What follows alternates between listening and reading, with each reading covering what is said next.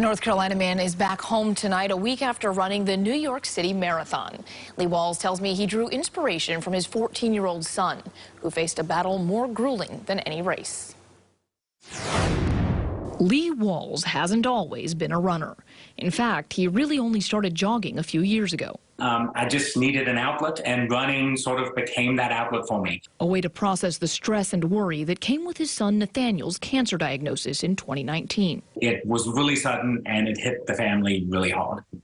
It was hard to have to be on the sidelines to watch him, battle this disease. Lee supported Nathaniel in his fight against leukemia, and Nathaniel, who loves sports, supported Lee as his morning jogs turned into 5Ks, 10-mile races, then half marathons. I thought, well, a marathon is only 2 half marathons. It's just double. It shouldn't be that much more difficult.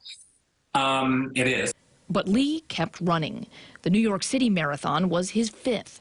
At his son's suggestion, he ran in support of the V Foundation for Cancer Research. They funded the day hospital where my son had most of his treatment, and they had a real physical impact on his treatment, and I can't thank them enough.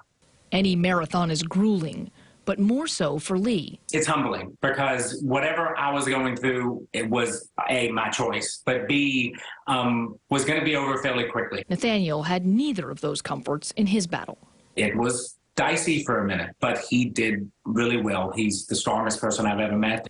Nearly 4 years after Nathaniel's diagnosis, his strength inspires Lee to keep going when a race gets tough. The type of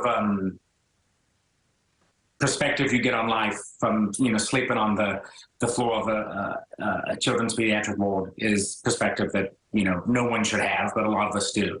And it made the sight of his son, who is now cancer-free, even sweeter as he cheered on his dad from the sidelines.